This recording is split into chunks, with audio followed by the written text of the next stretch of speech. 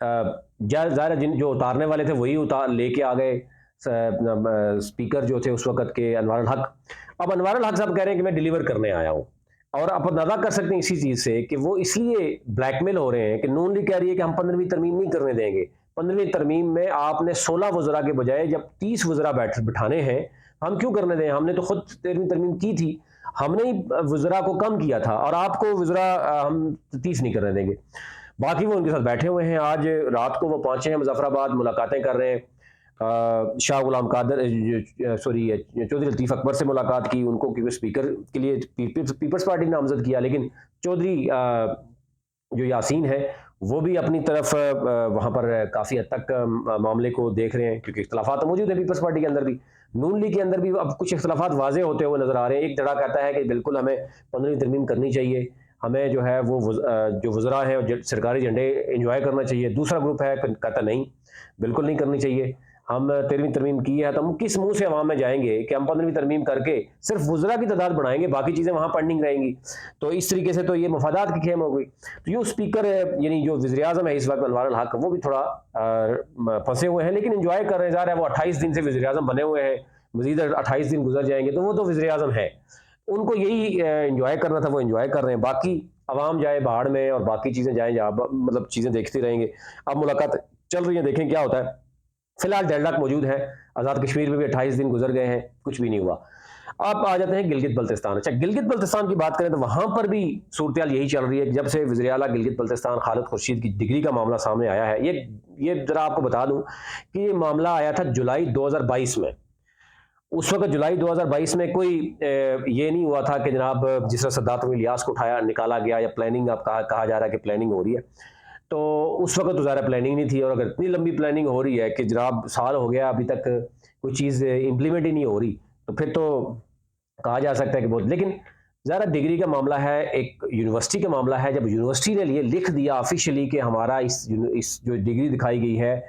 اس سے تعلق نہیں ہے، یہ فیک ہے، اور ہائر ایجوکیشن کمیشن جو کہ پاکستان کا سب سے بڑا ادارہ ہے اور ریگولیٹری باڈی وہی ہے تمام یونیورسٹیز کی، اور کوئی بھی یونیورسٹی باہر سے بھی کر کے آئیں گے تو ایکویلنس بھی ایچ ای سی دیتا ہے اور ودرا بھی ایچ ای سی کرتا ہے۔ ایچ ای سی نے اگر جو ایکویلنس دی ہے وہ میں اس پہ الگ سے بات کروں گا، ایکویلنس کیسے دی، کون آیا، کیا ہوا، لینے کون گیا، لیکن ایکویلنس واپس لے لی ہے ایچ ای سی نے، ایکویلنس واپس لے کر اب میں آپ کو ایک چیز شیئر بھی کرتا ہوں جس میں خالد خورشید کا نام باقاعدہ طور پر پورٹل پہ بلیک لسٹ کر دیا گیا، اس کا آئی ڈی کارڈ بھی ہے۔ شاید آئی ڈی کارڈ ذرا اچھا نہیں لگتا کہ میں آپ کو بول کے بتاؤں یا دکھاؤں، اس سے بہت سی چیزیں جو ہے نا وہ سامنے آ جاتی ہیں، یہ ان کا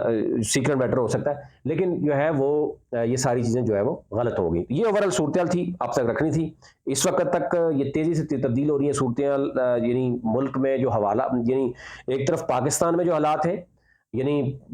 جو زمان پارک میں آپریشن کی بات ہو رہی ہے، پی ٹی آئی کے سینئر رہنما پی ٹی آئی چھوڑ رہے ہیں، ساتھ ہی تحریک انصاف کی طرف سے بھی جو معاملات سامنے آ رہے ہیں کہ اگر گرفتاری ہوگی تو پھر دوبارہ سے وہی حالات ہو سکتے ہیں۔ دونوں طرف سے خدشات ظاہر کیے جا رہے ہیں، اور ساتھ ہی آزاد کشمیر کی سیاسی بحران بھی بڑھتا ہوا نظر آ رہا ہے، اور ساتھ ایک اور گلگت بلتستان میں جو بحران اب شروع ہونے والا ہے کہ جناب وزیر اعلیٰ اب نیکسٹ کون ہوگا، اس کے لیے ملاقاتیں ہو رہی ہیں، اور وزیر اعلیٰ کی ڈگری جعلی ہوئی ہے، اس پر ظاہر ہے سنگین الزامات ہیں۔ وہ باقی الزامات تو الگ ہیں، لیکن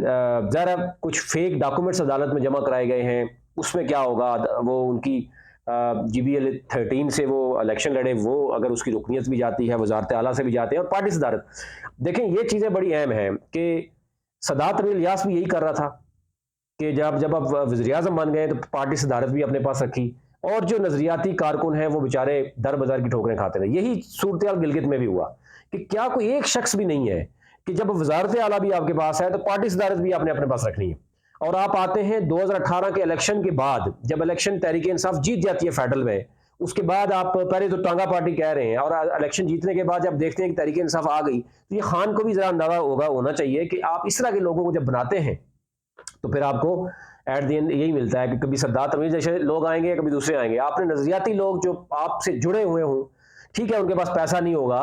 ان کے پاس وہ اثر و رسوخ نہیں ہوگا، وہ بڑے بڑی جو ہے سازشیں نہیں ہوں گی، کوئی اسٹیبلشمنٹ کے تھرو آ جاتا ہے، کوئی پیسے کے تھرو آ جاتا ہے، کوئی کہیں سے بھی آ جاتا ہے، لیکن جو ریئل آپ کا نظریاتی ورکر ہے، اگر آپ اس کو وزارت اعلیٰ بنائیں گے کم از کم آپ کو یہ ڈر نہیں ہوگا کبھی بھی اٹھاؤ آگے پیچھے کر لیں، وہ ایٹ لیسٹ پارٹی کے ساتھ جو ہے وہ مخلص ہوگا۔ لیکن جو لوگ پہلے پارٹی کے بارے میں کچھ اور کہہ رہے ہو، پارٹی جیتے اس قدر ان کی مفادات ہوں کہ پارٹی جیتے گی، اس سے پہلے وہ جو لے رہے ہیں ٹکٹ لینے کے لیے نون لیگ کا ٹکٹ اپلائی کر رہے ہیں، یہ کوئی وہ چیز نہیں ہے، بڑے زبان زد عام ہے، سب کو پتا ہے کہ نون لیگ کا ٹکٹ اپلائی کر رہے تھے، اور جب انہوں نے دیکھا کہ وفاق میں پی ٹی اے جیت گئی، اب پی ٹی اے کی طرف آگے بڑی مشکل سے ٹکٹ لیا۔ اب اندازہ کریں، ٹھیک ہے آپ کی پورا نکل گیا، وزیر اعلیٰ بن گیا، تو آپ کو جھوٹ بولنے کی ضرورت نہیں تھی کہ آپ آج استور کے لوگوں کی بھی اس طریقے سے جو ہے وہ جگہ صحیح کروائیں، اور آپ خود بھی جو ہے اس قدر پریشانی۔ لیکن اندازہ کر لیں کہ پورے گلگت بلتستان میں تحریک انصاف کے لیے کوئی سینئر وکیل نہیں ہے، کہ پہلے 2 وکیل تھے، وہ تھے جناب ایک ایکس منسٹر لا ہے نون لیگ کے اورنگزیب، اور ذرا